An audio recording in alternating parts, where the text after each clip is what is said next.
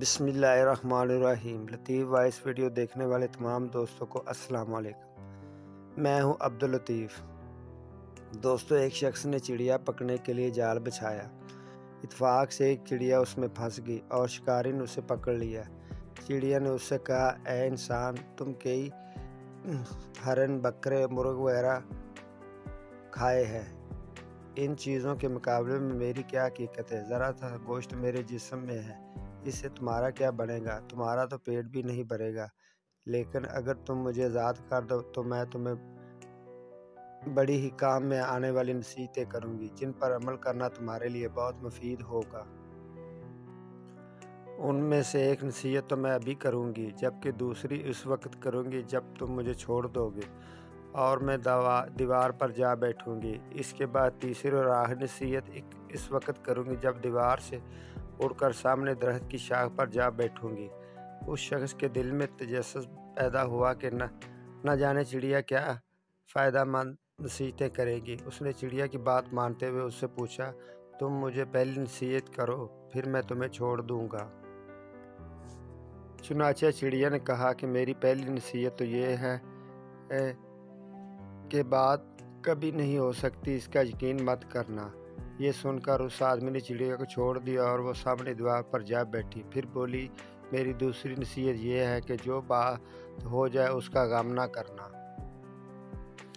اور پھر کہنے لگی، اے بھلے مانس، تم نے مجھے چھوڑ کر بہت بڑی غلطی کی، کیونکہ میرے پیٹ میں پاؤ بھر کا انتہائی نایاب پتھر ہے۔ اگر تم مجھے ذبح کرتے اور میرے پیٹ سے اس موتی کو نکال لیتے تو اس کے فروخت کرنے سے تمہیں اس قدر دولت حاصل ہوتی کہ تمہاری آنے والی کئی نسلوں کے لیے کافی ہوتی اور تم بہت بڑے رئیس ہو جاتے۔ اس شخص نے یہ بات سنی تو لگا افسوس کرنے اور پچھتایا کہ اس چڑیا کو چھوڑ کر اپنی زندگی کی بہت بڑی غلطی کی۔ اگر اسے نہ چھوڑتا تو میری نسلیں سنور جاتی۔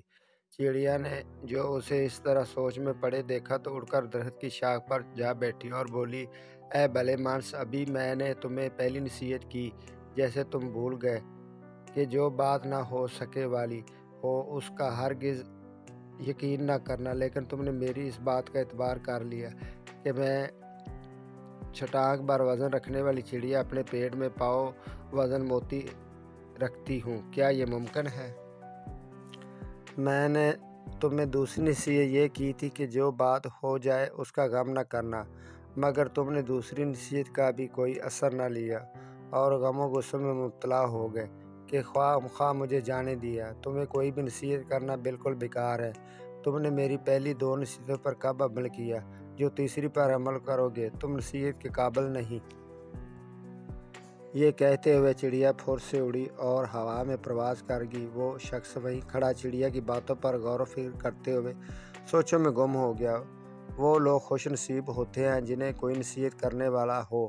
پھر ہم اکثر خود کو عقل کل سمجھتے ہوئے اپنے مخلص ساتھیوں اور بزرگوں کی نصیحتوں پر کان نہیں دھرتے اور اس میں نقصان ہمارا ہی ہوتا ہے۔